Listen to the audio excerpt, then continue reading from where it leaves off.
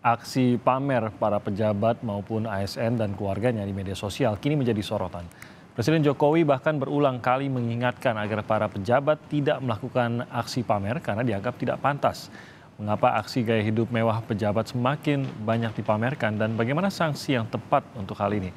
Pagi ini kita akan bahas dengan sejumlah narasumber melalui daring. Di antaranya ada Ketua Umum Asosiasi Analis Kebijakan Indonesia, Pak Trubus Rahadiansyah, dan juga ada peneliti Pusat Kajian Anti Korupsi atau PUKAT UGM Yogyakarta, Mas Zainur Rohman. Kami juga sebelumnya sempat menghubungi juru bicara dari Kementerian Pan-RB, Muhammad Aferuce, tapi belum mendapatkan tanggapan untuk diskusi pagi ini. Kita akan bahas dulu bersama dua narasumber yang sudah hadir bersama kami melalui online. Ada Mas Zainur dan juga Pak Trubus. Selamat pagi, Mas Zainur, Pak Trubus. Selamat pagi, Bang Timi. Terima kasih sudah menyempatkan hadir di Sapa Indonesia Pagi hari ini. Kalau membaca larangannya dan kita tahu sebenarnya apa yang dilakukan khususnya oleh Menpan RB bagi para ASN ini, peringatan bagi para ASN ini sebenarnya kan berangkat dari apa yang sudah diingatkan oleh Presiden Jokowi sendiri. Mohon para lembaga, kementerian dan lain-lain ini benar-benar bisa mengatur jajarannya untuk tidak bergaya hidup mewah apalagi memamerkan gaya hidup mewah mereka. Mungkin kalau melihat kalimat yang sudah tadi kita sempat tampilkan dari entah itu BUMN, entah itu dari kementerian lembaga, sudah tepat belum nih rasa-rasanya begitu? Saya ingin tahu dari Pak Trubus dulu nih, sudah tepat belum? Karena ada sensitivitas di masyarakat yang akhirnya melihatnya bahwa yang dilarang ini cuma memamerkan doang, kekayaannya dari mana, sumbernya apa, itu malah tidak dipermasalahkan gitu, Pak Trubus. Iya, menurut saya memang kalau hanya soal pamernya itu memang belum cukup, Mas. Memang harus ada satu tindakan yang lebih keras lagi, ya paling tidak ada pembuktian terbalik dari mana harta itu berasal. Itu yang pertama. Yang kedua sebenarnya kalau merujuk kita kepada Kepres nomor 10 tahun 74 itu sudah ada aturan melarang hidup, kira-kira harus hidup sederhana lah untuk para ASN sudah ada. Tetapi itu tidak pernah ditegakkan, jadi tidak pernah dilaksanakan. Yang terjadi kemudian kita lihat seiring dengan adanya medsos, maka para pejabat dan keluarganya itu melakukan istilahnya pamer, flexing lah gitu, flexing di publik itu di medsos. Nah, yang ketiga saya melihat memang penegakan, jadi yang ada itu cuma political will. Ini political will, tidak ada action will-nya. Sehingga yang terjadi itu ya tidak ada upaya yang sungguh-sungguh, misalnya pengawas internal pemerintah itu seperti apa, bekerjanya optimal atau tidak. Dan temuan BPKP sampai hari ini 2002 itu masih ada dana menyimpang itu sekitar 37,1 triliun, Mas. Jadi ini menjadi problem yang memang sangat memprihatinkan. Yang terakhir menurut saya memang masyarakat sekarang ini kan masyarakat era post-truth ya. Masyarakat di mana sesungguhnya menghendaki satu keterbukaan dan sebenarnya kesalahan ini semua dari pemerintah juga gitu loh. Karena pemerintah itu kan akhir-akhir ini setelah pandemi COVID kemudian menaikkan BBM ya, kemudian dengan keluarnya HPP, Undang-Undang HPP, Undang-Undang Harmonisasi Perpajakan, pemerintah kemudian secara rakus membuat pajak banyak sekali. Itu yang membuat masyarakat makin istilahnya geram gitu, sebenarnya marah gitu ya, karena pajaknya banyak sekali kan, semua sekarang dipajakin semua. Nah ini yang menyebabkan masyarakat kemudian memang secara ini terluka. Nah disinilah kemudian istilahnya dalam tanda petik memberontak, Mas, memberontak melalui medsos itu. Dan di satu sisi memang ada yang menurut saya menjadi menarik juga, kasus Rafael Alun ini melalui anaknya ini ternyata terbuka semua, Mas, membuka bahwa mereka itu banyak menyembunyikan harta, entah itu pada anaknya, entah itu pada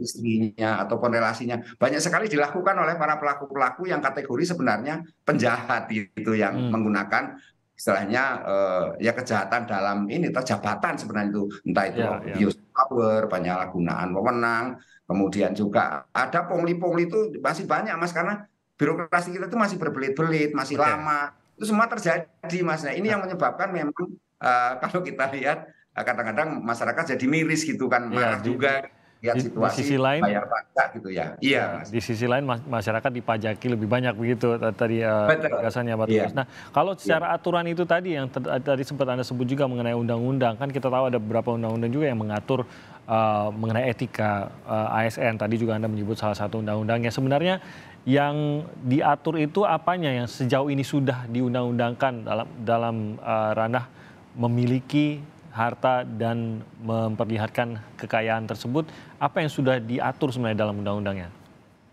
Kalau dalam Kepres nomor 10 tahun 1974 loh, itu tahun 74 era Pak Soeharto, karena era itu saja meletusnya malari kan salah satunya karena banyak pejabat kita berlaku mewah dan menyebabkan belum ada medsos waktu itu. Ya. Nah, tapi itu juga sudah menimbulkan istilah kegaduhan seperti sekarang ini.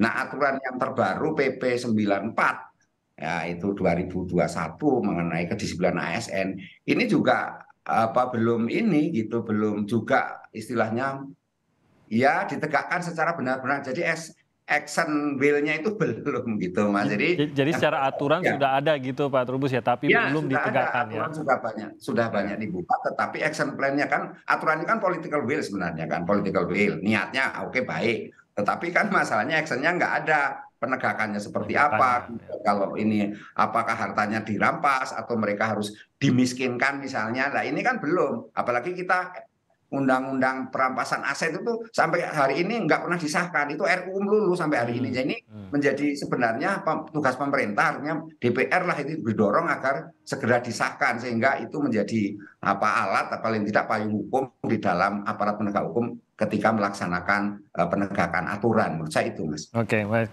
Saya ke Mas Zainur. Dari Pukat UGM sendiri melihatnya bagaimana mengenai himbauan ataupun larangan ini? Jangan-jangan sebenarnya jangan dilarang soal pamer-pamernya. Pamer-pamernya silahkan, yang dilarang itu memang lebih kepada ya jangan sampai ada pelanggaran-pelanggaran, apalagi tadi seperti digambarkan Pak Trubus, ya pelanggaran penyalahgunaan kewenangan, penyalahgunaan jabatan dan lain-lain. Kalau dipamerkan justru enak, kita mudah deteksinya gitu kalau memang ada pelanggaran tersebut gitu. Mas Zainur, bagaimana Anda melihatnya? Ya, dua-duanya dilarang ya. Bermewah-mewah, apalagi bermewah-mewahnya dengan menggunakan harta hasil kejahatan. Larangan untuk bergaya hidup mewah ranahnya ada di dalam etik dan disiplin penyelenggara negara, saya pikir, karena konteksnya tidak harus hanya PNS, tetapi juga kita ingat ada penyelenggara negara yang lain yang tidak berprofesi sebagai PNS, misalnya kepala daerah, para menteri, kepala lembaga, anggota DPR. Kita lihat juga banyak yang berperilaku hidup mewah begitu ya. Dan memang kembali kepada soal aturan ya. Aturan ada ya, di masing-masing institusi itu ada larangan untuk bergaya hidup hedonis. Misalnya dalam konteks RAT, Peraturan Menteri Keuangan 2018 tentang kode etik pegawai di lingkungan Kementerian Keuangan itu jelas melarang untuk berperilaku hidup hedonis. Demikian juga di KPK itu juga ada larangan bergaya hidup hedonis. Nah, tetapi kembali lagi penegakannya itu hampir tidak pernah dilakukan. Artinya dari sisi pengawasan internal tidak jalan. Nah, yang kedua tadi dari sisi hukum ya, gaya hidup mewah ini biasanya memang ya juga tidak lepas dari memanfaatkan harta-harta hasil kejahatan untuk eksistensi diri. Dan kalau dari sisi teori memang salah satu faktor pendorong terjadinya korupsi adalah bergaya hidup mewah yang itu melebihi penghasilan sahnya, sehingga orang dengan gaya hidup mewah itu punya potensi menerima suap atau melakukan tindak pidana korupsi lain itu jauh lebih tinggi daripada lainnya. Dan ini juga dalam teori gitu ya, dalam teori salah satu faktor resiko fraud itu adalah big spender, orang-orang yang punya pengeluaran yang besar, sehingga mereka harus punya penghasilan dari sumber-sumber lain selain sumber yang sah. Nah, dalam konteks hukum ini juga kita punya problem penegakan. Benar tadi Bang Timothy mengatakan bahwa kalau mereka bergaya hidup mewah dipamerkan di medsos itu akan mempermudah adanya deteksi terhadap kemungkinan terjadinya pelanggaran hukum. Tetapi ya peraturan hukum kita juga belum secara lengkap mengatur. Yang kita punya saat ini mungkin yang paling maksimal adalah Undang-Undang TPPU 8 2010. Nah, Undang-Undang TPPU itu mengharuskan aparat penegak hukum untuk memiliki alat bukti predikat crime atau tindak pidana asal. Nah, tetapi memang setidak-tidaknya ya, walaupun itu bukan perkara yang mudah, setidak-tidaknya kita punya Undang-Undang TPPU sebelum kita menuntut pemerintah dan DPR untuk mengesahkan RUU perampasan aset hasil kejahatan. Nah, selama ini ada indikasi-indikasi pejabat hidup mewah tidak sesuai dengan penghasilan yang sahnya, tetapi tidak pernah ditindaklanjuti, misalnya dilakukan investigasi arahnya ke TPPU, apalagi sampai ke apa namanya penindakan, dilakukan proses penyelidikan dan penyidikan. Oh, Nah, itu juga menjadi halangan. Harusnya sudah bisa masuk tuh ya, Mas Ainur, dari postingan bahkan, entah itu ASN tersebut ataupun keluarganya, kalau postingannya saja sudah memamerkan hal-hal yang mencurigakan, ini sudah menjadi pembenaran untuk masukkah mungkin inspektorat ataupun dari aparat? Dua-duanya bisa, Bang Timothy. Jadi inspektorat harus masuk untuk memeriksa dari sisi penegakan etika. Yang kedua dari sisi aparat penegak hukum, ya ketika orang bergaya hidup mewah memamerkannya di sosmed itu disebut sebagai self surveillance. Jadi dia merelakan dirinya untuk diintai oleh aparat penegak hukum. Dan memang salah satu model pengintaian aparat penegak hukum yang memang belum pro justisia itu kan menggunakan metode open source, ya. Open source itu adalah apa yang tersedia di sosial media secara terbuka, dilakukan analisis, kemudian dinilai tingkat risikonya. Kalau ada pejabat negara penghasilannya sekian, kemudian gaya hidup sangat mewah, puluhan miliar, maka itu menjadi pintu masuk untuk dilakukan penyelidikan lebih dalam gitu ya, sehingga nanti akan dipadukan dengan data-data yang lain. Antara lain adalah data LHKPN. Apakah harta mewah yang dipamerkan sudah ada di dalam laporan harta kekayaan penyelenggara negara atau belum? Kalau belum ada, maka harus dipanggil, dilakukan klarifikasi oleh KPK dan oleh Inspektorat Jenderal. Yang kedua dari sisi transaksi keuangan, harus dipadu-padankan apakah transaksi keuangannya wajar atau tidak. Apakah gaya hidup yang mewah itu juga tercapture di dalam transaksi keuangan atau tidak. Kalau tidak tercapture, berarti kemungkinan ya kalau misalnya berasal dari tindak pidana, itu adalah transaksi tunai, transaksi cash. Biasanya pemberi suap misalnya ya, itu biasa memberikan suap dalam nilai yang sangat besar, miliaran rupiah, hanya misalnya dengan menggunakan satu buah jam tangan yang bernilai bisa 3 miliar, atau bahkan ada satu jam tangan yang bernilai 1 juta US dollar, ya kalau dirupiahkan sekarang bernilai 14 miliar gitu. Jadi nanti aparat penegak hukum bisa menelisik lebih jauh. Tetapi sekali lagi, secara teori itu bisa, secara peraturan itu meskipun minim bisa, secara praktik sangat jarang aparat penegak hukum masuk menyelidiki perkara itu hanya dari gaya hidup yang mewah seorang pejabat negara, Bang Timothy. Iya, jadi sama dengan Pak Trubus tadi. Ini kok aksinya yang nggak ada nih, penegakannya kok nggak ada. Kenapa tidak dilakukan? Padahal apapun pergerakan yang mau dilakukan oleh inspektorat maupun dari aparat seperti KPK, ini sudah ada dasar hukumnya untuk melaksanakan gitu. Nah, jadi pertanyaan situ sebelum kita jeda sedikit. Menurut Anda, Pak Trubus dan juga Mas Zainur, apa yang sampai saat ini masih menahan inspektorat lah dari masing-masing kementerian lembaga gitu yang seharusnya bisa cepat masuk, lebih dekat lagi, lebih punya akses lagi untuk melakukan apa yang tadi disebutkan juga? Mengapa tidak dari medsos langsung aja dicek? Ada keengganan apa di sini? Apa yang menjadi dugaan Anda, Pak Trubus? Iya, menurut saya pertama memang ada keengganan itu, ada sikap ewo-pekewo ya. Jadi karena masalahnya kepala inspektorat itu kan SK-nya mengangkat kepala daerah, Mas. Jadi kalau misalnya mau meneliti kepala daerah kan di dalamnya adalah para eksekutif kan. Jadi itu ada para ASN lah. Dan dia sendiri juga ASN kan nggak mungkin jeruk minum jeruk. Mas, itu persoalan yang menjadi problem. Yang kedua adalah bahwa memang lemahnya istilahnya aparat penegak internal pemerintah itu, pengawas internal pemerintah, ini APEP disebutnya, itu sebenarnya lebih kepada persoalan culture yang selama ini lebih mendekati kepada ini ia memberi ruang terlalu luas ya kepada ASN, sehingga ASN itu bisa secara leluasa istilahnya melakukan penyimpangan, kemudian mengubah anggaran dan sebagainya, yang juga abuse of power itu sebenarnya sesungguhnya, atau kalau bahasa sederhananya adalah lebih karena ini ada semacam kong kali kong juga gitu loh, Mas. Jadi ada mereka itu TST tahu sama tahu lah kira-kira gitu. Jadi sehingga itu yang sebenarnya perlu ada satu ketegasan.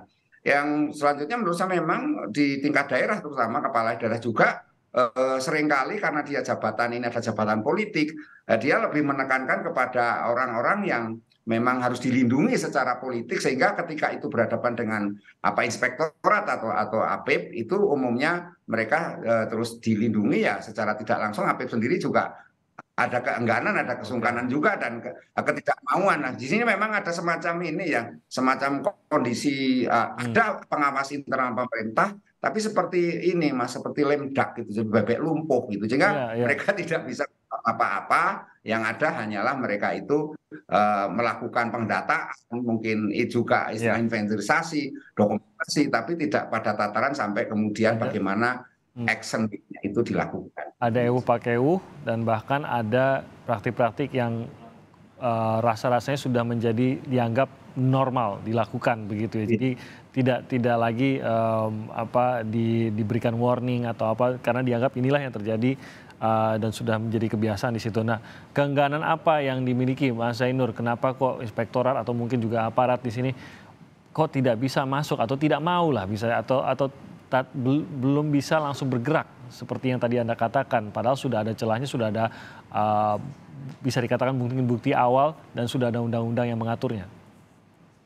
Ya, memang yang pertama ini menunjukkan adanya toleransi terhadap indikasi pelanggaran cukup tinggi begitu ya di Indonesia. Ya. Artinya perlu ada gitu ya kesadaran bahwa organisasi harus menerapkan zero tolerance terhadap segala macam bentuk pelanggaran, baik etika maupun hukum.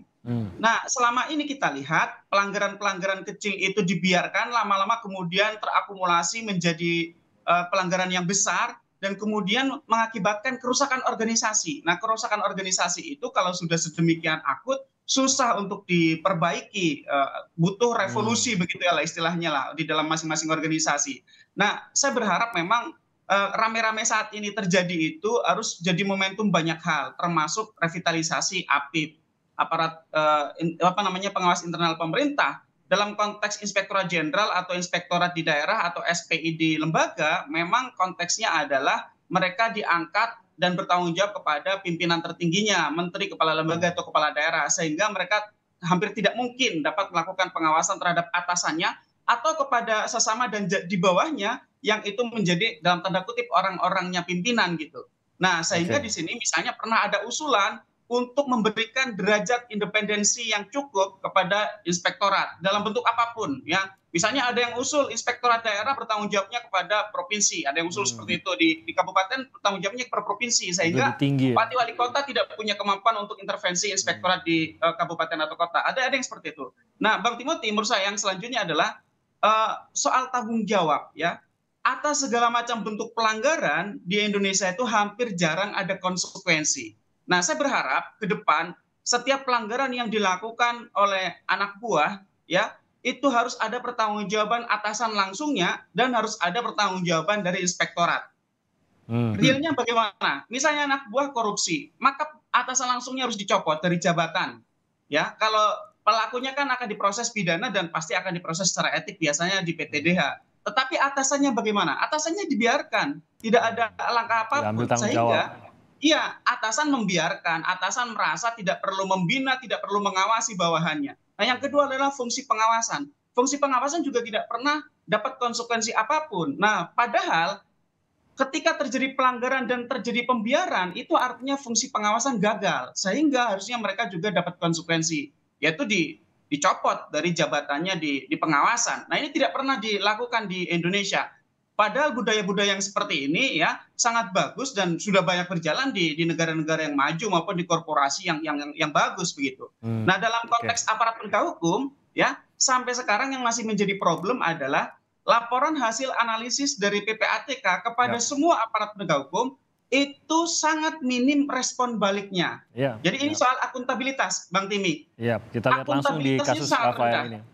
Ya, termasuk dalam kasus Rafael 2013, Bang Timothy, sampai sekarang tidak ada feedback dari aparat penegak hukum kepada PPATK. Langkah apa yang dilakukan setelah penegak hukum mendapatkan laporan hasil analisis dari PPATK, Bang Timothy? Oke, baik, itu catatan juga bahwa memang laporannya banyak, tapi kok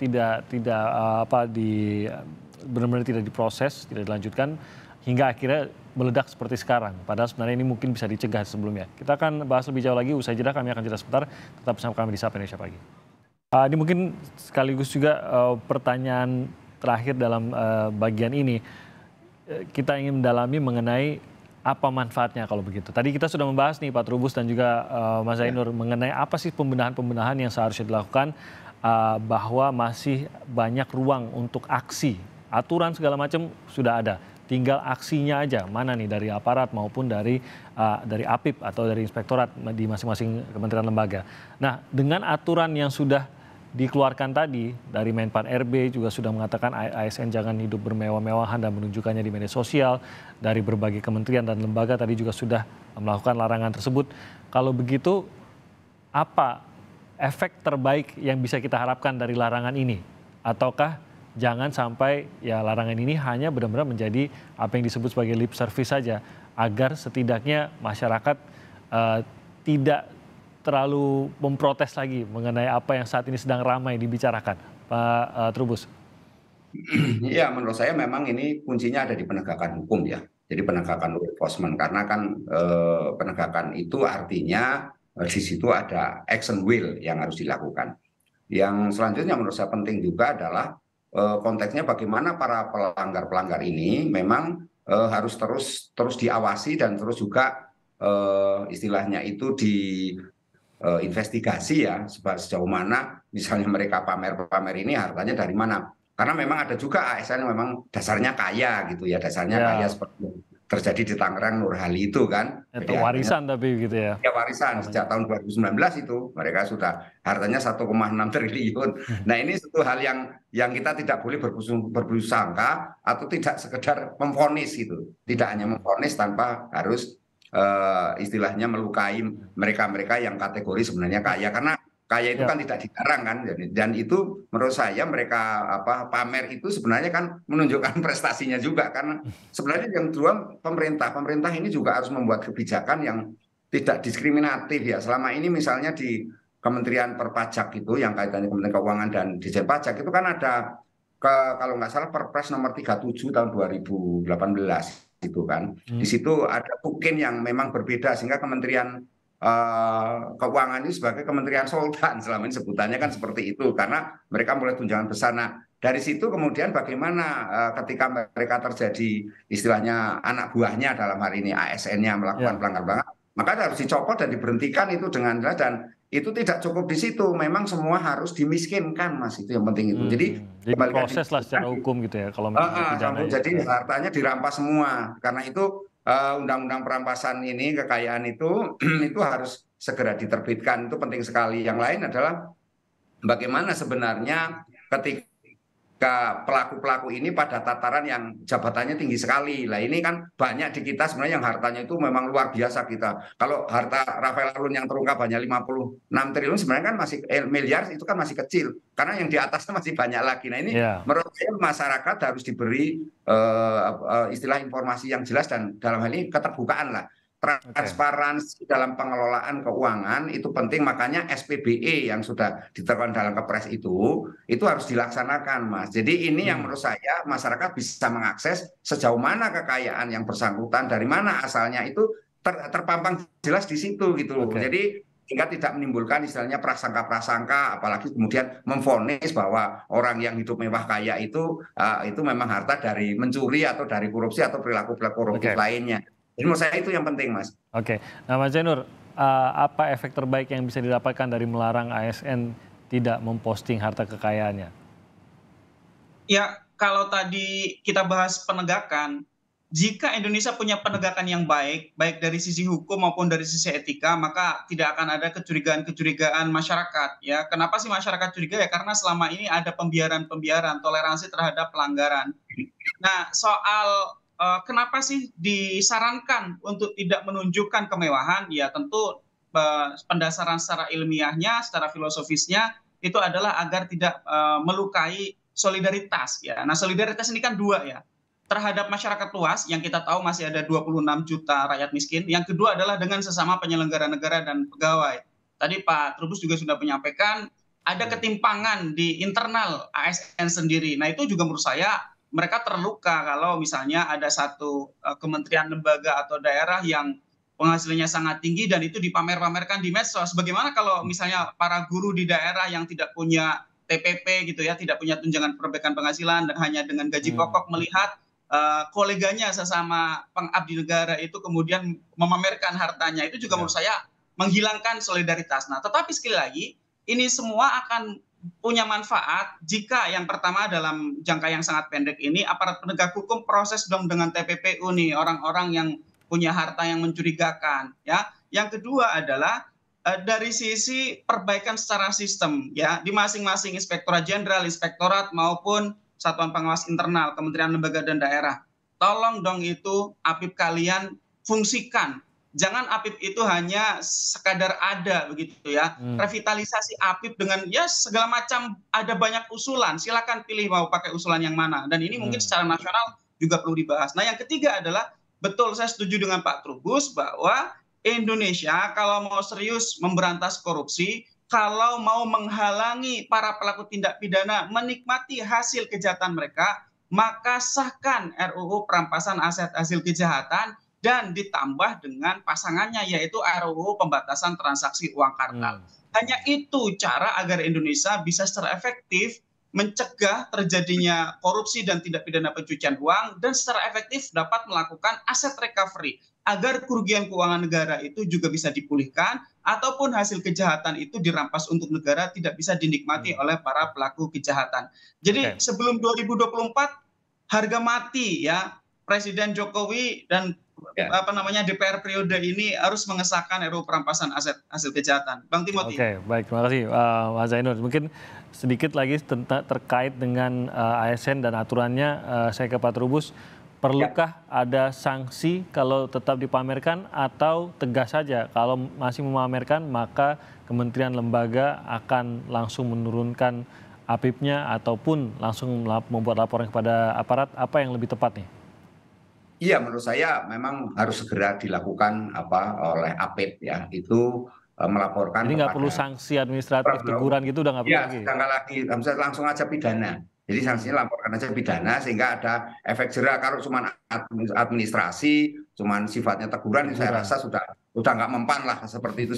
Saya rasa sudah harus melalui yang saya katakan tadi Mas Noer itu adalah revolusi, harus ada revolusi di situ, tidak hanya mental tapi juga revolusi terkait dengan ini penegakan hukum. Yang kedua menurut saya penting juga adalah pemerintah ini seringkali memberikan reward and punishment. Boleh reward punishment dilakukan, tetapi tolong reward punishment ini harus ada pembatasan. Jadi jangan terkesan jor-joran gitu sehingga yang terjadi mereka hanya mengumpulkan sedikit pajak saja terus mendapatkan reward yang dahsyat sekali, ada yang sampai 100 juta misalnya. Nah, ini kan hal-hal yang memancing. Di satu sisi juga ada kebijakan pemerintah misalnya untuk pengadaan barang dan jasa yang sifatnya domestik dalam negeri katanya mau dikasih reward token yang lebih besar. Nah, ini kan juga memancing kan akhirnya nanti APBD hanya dimanfaatkan untuk produk-produk domestik saja, tetapi produk-produk dari istilahnya impor itu tidak boleh. Padahal produk domestik ini juga banyak sekali sebenarnya merupakan impor tapi distempel di Indonesia. Jadi seolah-olah itu melakukan produk dalam negeri. Padahal ini juga menjadi token. Ini kan rencana pemerintah untuk ini juga memberikan